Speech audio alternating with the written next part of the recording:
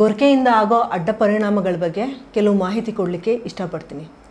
ಸಾಮಾನ್ಯವಾಗಿ ನಾವು ಹೇಳ್ತೀವಿ, ಯಾರು ನಿದ್ದೆ ಹೊಡಿತಿರ್ಬೇಕಾದ್ರೆ ಗೊರಕೆ ಹೊಡಿತಾ ಇರ್ತಾರೆ ಅಂಥವ್ರಿಗೆ, ಅಬ್ಬಾ ಏನು ರಾಜಯೋಗಪ್ಪ, ಇಷ್ಟು ಗೊರಕೆ ಹೊಡಿತಿದ್ದಾನೆ, ಇಷ್ಟು ಚೆನ್ನಾಗಿ ನಿದ್ದೆ ಹೊಡಿತಾ ಇದ್ದಾರೆ ಅಂತ. ಹಾಗಂತ ಯಾರ್ಯಾರು ಅಷ್ಟು ಗೊರಕೆ ಹೊಡಿತಾರಲ್ಲ ಅವ್ರಿಗೆಲ್ಲ ತುಂಬ ಚೆನ್ನಾಗಿ ನಿದ್ದೆ ಬರ್ತಾಯಿದೆ ಅನ್ನೋದು ಅಂತ ತಿಳ್ಕೊಳ್ಳೋದು ತಪ್ಪಾಗುತ್ತೆ.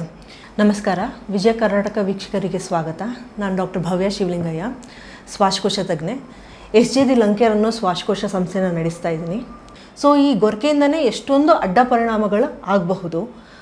ನಾನು ಈ ವಿಡಿಯೋ ಮುಖಾಂತರ ಏನೇನೋ ಅಡ್ಡ ಪರಿಣಾಮಗಳು, ಯಾರ್ಯಾರಿಗೆ ಈ ಗೊರಕೆಯಿಂದ ತೊಂದರೆಗಳಾಗುತ್ತೆ, ಇದನ್ನು ಹೇಗೆ ಡಯಾಗ್ನೋಸ್ ಮಾಡೋದು, ಈ ಗೊರಕೆ ತೊಂದರೆಗೆ ಏನೇನು ಟ್ರೀಟ್ಮೆಂಟ್ ಇದೆ ಅನ್ನೋದ್ರ ಬಗ್ಗೆ ಮಾಹಿತಿ ಕೊಡಲಿಕ್ಕೆ ಇಷ್ಟಪಡ್ತೀನಿ. ಸೊ ನಾವು ಮೊದಲಾಗಿ ಯಾಕೆ ಗೊರಕೆ ಹೊಡಿತೀವಿ ಅಂತ ಅಂದರೆ, ನಮ್ಮ ಉಸಿರಾಟದ ಪೈಪು ಅಂದರೆ ವಿಂಡ್ ಪೈಪ್ ಅಂತ ಹೇಳ್ತೀವಿ, ಮೂಗಿಂದ ಬಾಯಿಂದ ಗಂಟ್ಲಿಗೆ ಕನೆಕ್ಷನ್ ಆಗುತ್ತೆ, ಅದು ವಿಂಡ್ ಪೈಪು, ಅದು ಅಲ್ಲಿಂದ ಶ್ವಾಸಕೋಶಕ್ಕೆ ಹೋಗುತ್ತೆ.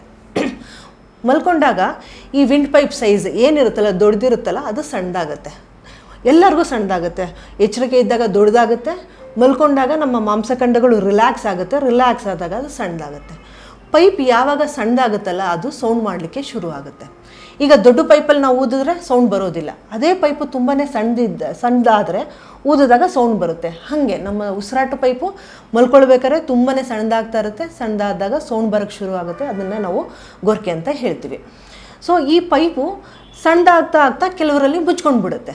ಆ ಮುಚ್ಕೊಂಡಾಗ ಆಕ್ಸಿಜನ್ನು ಹೊರಗಡೆಯಿಂದ ಒಳಗಡೆ ಬರೋದಿಲ್ಲ, ಕಾರ್ಬನ್ ಡೈಆಕ್ಸೈಡ್ ಬಾಡಿ ಒಳಗಡೆಯಿಂದ ಹೊರಗಡೆ ಬರೋದಿಲ್ಲ. ಇಂಥ ಪರಿಸ್ಥಿತಿಯಲ್ಲಿ ಬಾಡಿಗೆ ಹಾನಿ ಹೆಚ್ಚಾಗ್ತಾ ಇರುತ್ತೆ. ಯಾರ್ಯಾರಿಗೆ ಈ ಥರ ಹಾನಿಗಳು ಆಗಬಹುದು ಅಂತ ಅಂದರೆ, ಯಾರು 60 ವರ್ಷ ಮೇಲ್ಪಟ್ಟ ವಯಸ್ಕರಿಗಾಗಬಹುದು, ತುಂಬ ದಪ್ಪ ಇರೋರಿಗೆ ಅಥವಾ ಕತ್ತು ತುಂಬ ಚಿಕ್ಕದಿರೋರಿಗೆ ಇಂಥ ಹಾನಿ ಆಗಬಹುದು. ಯಾರಿಗೆ ಮೂಗಲ್ಲಿ ದುರ್ಮಾಂಸ ಇರುತ್ತೆ, ಮೂಗ ತುಂಬ ಸೊಡ್ಡ ಇರಬಹುದು, ಅಥವಾ ನರ ವೀಕ್ ಆಗಿರುತ್ತೆ, ಸ್ಟ್ರೋಕ್ ಆಗಿ ಅವ್ರಿಗೆ ಗಂಟ್ಲು ನರಗಳು ವೀಕ್ ಆಗಿ ಮಾಂಸಖಂಡಗಳು ವೀಕ್ ಆಗಿಬಿಟ್ಟಿರುತ್ತೆ. ಇಂಥವ್ರಿಗೆ ಮಲ್ಕೊಳ್ಬೇಕಾದ್ರೆ ಪೈಪ್ ಸಣ್ಣದಾಗಿ ಆಗಿ ಮುಚ್ಕೊಂಡು ಬಿಡುತ್ತೆ. ಹೀಗೆ ಮುಚ್ಕೊಂಡಾಗ ಕೆಲವು ಚೇಂಜಸ್ಸು ಬ್ರೈನಲ್ಲಿ ಆಗಬಹುದು, ಕೆಲವು ಚೇಂಜಸ್ ಹಾರ್ಟಲ್ಲಿ ಆಗುತ್ತೆ, ಕಿಡ್ನಿ, ಪ್ಯಾಂಕ್ರಿಯಾಸಲ್ಲಿ ಎಲ್ಲ ಕಡೆಯೂ ಕೆಲವು ಚೇಂಜಸ್ಗಳನ್ನ ಕಾಣ್ತಾ ಇರ್ತೀವಿ. ಅದರ ದುಷ್ಪರಿಣಾಮಗಳನ್ನ ನಾವು ನೋಡ್ತಾ ಇರ್ತೀವಿ. ಅದಕ್ಕೆ ನಾವು ಹೇಳೋದು, ಈ ಗೊರಕೆ ಹೊಡೆದವ್ರಿಗೆಲ್ಲ ಎಲ್ಲರಿಗೂ ನೆಮ್ಮದಿಯಾಗಿ ನಿದ್ದೆ ಸಿಗುತ್ತೆ ಅನ್ನೋದಲ್ಲ, ಗೊರಕೆಯಿಂದ ಕೂಡ ದುಷ್ಪರಿಣಾಮಗಳು ಇವೆ. ಈ ಗೊರಕೆ ಹೊಡೆಯೋರಿಗೆ ಕೆಲವು ರೋಗ ಲಕ್ಷಣಗಳಿರುತ್ತೆ.